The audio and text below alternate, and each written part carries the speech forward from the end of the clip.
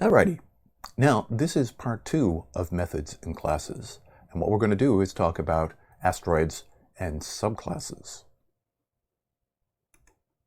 Okay, so let's go back to the slides now, and what I'm going to do now is switch gears to drawing and constructing a different kind of thing in the Rockets and Asteroids program. So far, we just had a rocket that flies around. That's it. That's all it did. It didn't interact with anything, and we needed to do something. So what I'm going to do is I'm just going to pause the video, and you won't notice the pause. But what will happen is I'll do some program construction in the back room, and then we'll pick it up from there.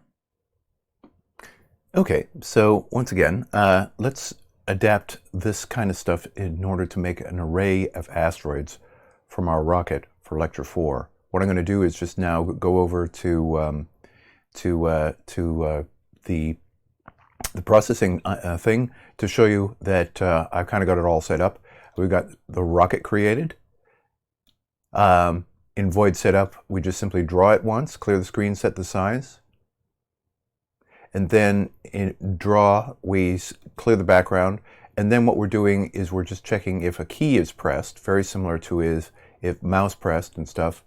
And if the key is encoded, we're checking for the right or left arrows to the bottom right area of the keyboard. And if it's turning right, if the right key is pressed, we rotate clockwise. Otherwise, we rotate clockwise if the left key is hit. And if the key is space, we fire the thrusters. And then after all that, we draw me once. So let's scroll down to Rocket. And so we can see the stuff we had for Rocket from before. There's the class specification, some fields, and now we have a velocity segment. We didn't have that before. I sort of did it live, but this is now added. And here's the constructor, just as before. And here's draw me, and what I'm doing is taking into account the number of milliseconds that have passed, multiplying that, using the milliseconds to compute the last time, the time period of the previous draw function, multiplying that by velocity, and adding that to xpos. And what this is for, of course, is to wrap things around the screen. So when xpos gets bigger than width, xpos is set to 0. Otherwise, I subtract width there. If it's xpos is less than 0, I add width. I do this adding and subtracting basically to preserve velocities that might be a little bit, that push the rocket well beyond the boundary in whatever direction. And then translate, rotate, and draw. And here are the two rotate clockwise, counterclockwise, and fire thrusters. The first thing is, just simply increase or decrease the rotation by 0.1 radians, which is a small amount, but it's enough. And then velocity is just simply, firing thrusters just simply adds to the velocity. So if you end up with a negative value being added, the velocity goes closer to 0. And I'm taking sine and negative cosine, and take negative cosine for y because the y-axis points downwards. Okay, let's run that. Okay, so there it is. And as you can see, I'm pressing the right key, now the left key, and I'm firing the thrusters. We don't see any visual response to firing the thrusters other than the visual response of moving. Like there's no rocket noise or anything like that. Okay, so there we go. Now, what I'd like to do is add an asteroid, right? And when we create an asteroid, we'd like to have it start in a random position and move in a random direction. So, unlike the rocket, which always ought to start in the same place because we don't have any code to actually, activate that, we'll start it somewhere random. And we would therefore create a class named asteroid with a method called drawMe. So what I'm going to do now is pause, stick that in there. So anyway, now that I've finished getting that stuff into processing, let's just show it. And so here is once again the asteroids class, right? with the fields, rotation x pos, y pos, velocity x and y, last draw milliseconds. This is pretty much the identical fields to what we have in Rocket. And here's the constructor. And instead of there being fixed values, we're giving them random values that depend on the width and height of the screen, right? And a random rotation. And we set the velocity to be in the same direction. So, I mean, the asteroids kind of look like they're facing in some direction. I haven't shown the graphics for asteroids, so now let's do that. Now, in the slides, I just said draw me without any details. Now let's show what that looks like. You can see there's some similar elements to what we had before, for Rocket's draw me, and that is we collect the time and compute the amount of time the previous draw function took. From the previous time basically it's from the previous time I measured, I did the millis call to the current time I did the millis call, so the previous time period. Multiply that by velocity and check for boundaries. So that's just the same as before, checking for boundaries, this stuff here. If x pos is greater than width, subtract width. If x pos is less than 0, add width. Same for height. And then, let me scroll down some more.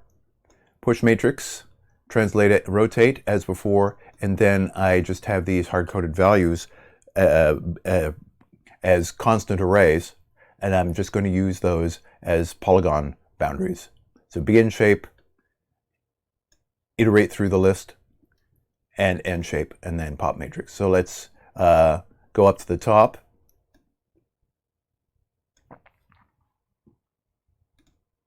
So here we are at the top, and I have an asteroid array declared, and then I have a constant that I'm defining saying that what the number of asteroids is. And inside setup, I actually create the asteroids. So once again, you know, when you're creating an array of class instances, you first have to create the array, which is done up here. That's the declaration of A. And then you have to create each of the instances. And so that's what's going on here. Iterating 1 through 5, or num asteroids, AI equals new asteroid. Because all the information about where the asteroid is and its rotation and stuff is inside the constructor doesn't have any, parameters. If I now scroll down to draw, this is previously from the draw function, and I have just added essentially iterate through that list and draw them. Let's watch that now. So there they are. It's kind of crowded. It's crowded mainly because, here we have an asteroid blocking out our rocket. Asteroids are drawn second, so the rocket appears underneath all the asteroids. I could add some code there in order to do something a little bit more interesting. But anyway, so that's kind of more of the bare bones of the asteroids game. So let's get back to the slides. Oops. So far, we have a rocket that flies around in a field of asteroids. But if we want our rocket to be able to fire, we don't want to be, and a new concern, I don't want to be able to get rid of our non-firing rocket. And the thing that's going on there is what I'm doing is creating a situation in which this last thing here, creating a subclass, is the thing I want to illustrate. So what I'm going to do now is create a subclass. And the subclass is going to be a rocket that fires, that is based entirely on the rocket that doesn't fire anything. So the concept that we're now talking about is a concept that's central to object-oriented programming. It's one of the things that really helps with the payoff of it, if you will, is that subclasses inherit fields and methods from the parent. Okay, so that's the concept. And I'm explaining in detail what inheritance means. Somebody dies, you get all their money. That's not what I'm talking about. What I'm saying is that subclasses inherit the fields, that is the data area, and the methods from the parent. Now, there's not much else to inherit, but there's a good reason to do this. So the Java syntax for that That's the semantics up here about inheriting the fields. And this is the semantics. The syntax is here. Class ArmedRocket. That's the new class you want to create, and that's the same as before. The keyword class followed by the name you want, and then a new keyword called extends, and then the thing that it is extending or inheriting from, and that of course is Rocket. And then you put in there the details of what's going to be new. So let's move on. So our subclass needs a constructor. Our empty ArmedRocket example creates an error because processing wouldn't know how to construct an armed rocket. So we want an ArmedRocket constructor to do the same work as the rocket constructor. So what I'm going to do is I'm going to copy that stuff into the code we've got going on, and I'll just do that in a sec. All right, so I've done that copying, and so let me just go over there. And here we see, once again, here's the new class, ArmedRocket extends Rocket. I'm going to hit space a bunch of times and get rid of that stuff. Yeah, so I'm kind of doing these instant jumps here, but so here it is, once again, class ArmedRocket extending Rocket. And there's the start of the class and the end of the class. There's not really much in here yet. And here's the constructor. And that takes initial X, initial Y, etc. I'm going to scroll to the right and you can see all that stuff. There it is. And this thing does something special. It calls super. Let me go back to the slides. And so the keyword super, which I've colored red here just so you can see it on the slides, but you know, obviously it's highlighted blue as a Java keyword. Super means refer to the parent class. In this context, calling super as a method, in fact, is what it's doing is calling the parent super above the parent constructor. So it's ArmedRocket is calling Rocket's constructor when it does super. The keyword super is used in another context, but we'll deal with that when we deal with it. Next slide. So now we have an ArmedRocket, except you know it's just like Rocket because there's no code. And I said that it that it inherits all the fields and methods. I haven't shown that yet. I've just simply got that class declaration in there, and there it is. So this thing is basically a copy of Rocket. Makes no difference in some sense. Now let's make it make a difference, just for clarity. And once again, we're going to go back to processing. And I'm going to scroll up. And instead of Rocket R1, I'm going to call it ArmedRocket R1. And that's the only place I need to change it. And there's a little red, it's turned red down here at the bottom, and that means I still have to fix this up by calling ArmedRocket constructor. Now let's do it. And what we will see is we still have our program running. We can still rotate it around.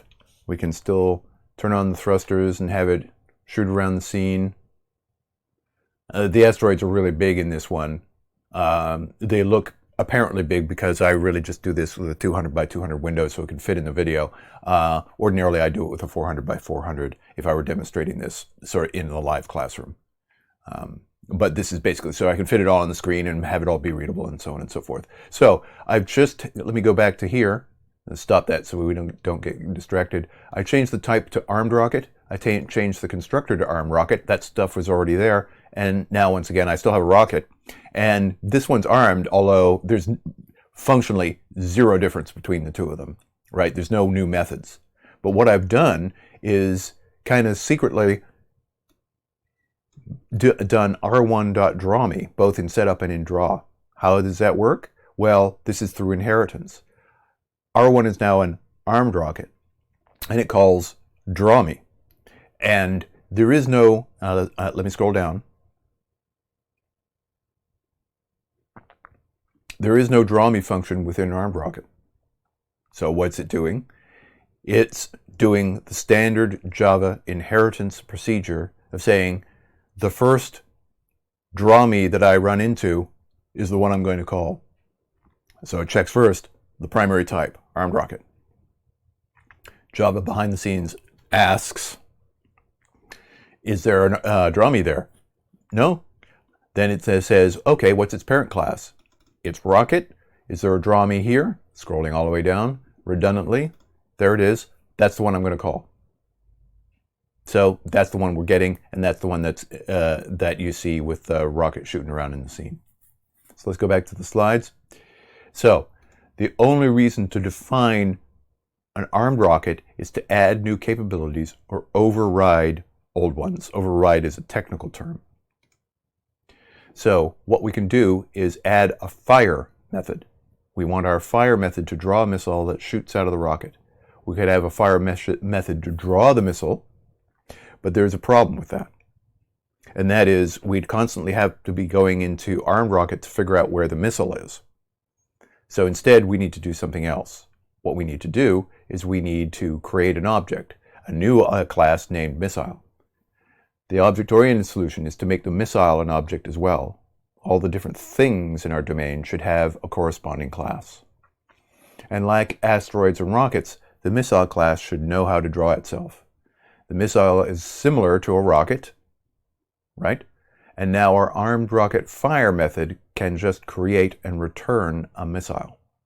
Let me show what that would look like. So here we go. Here's the fire method. And basically the idea is that this would live within armed rocket, and it returns an instance of the class missile. So fire returns missile, and what it does is it does this thing.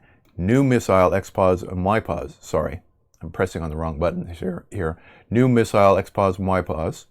Okay, it calls missiles constructor with the XPOS, YPOS in rotation. Where's it getting that? Those are the fields of armed rocket.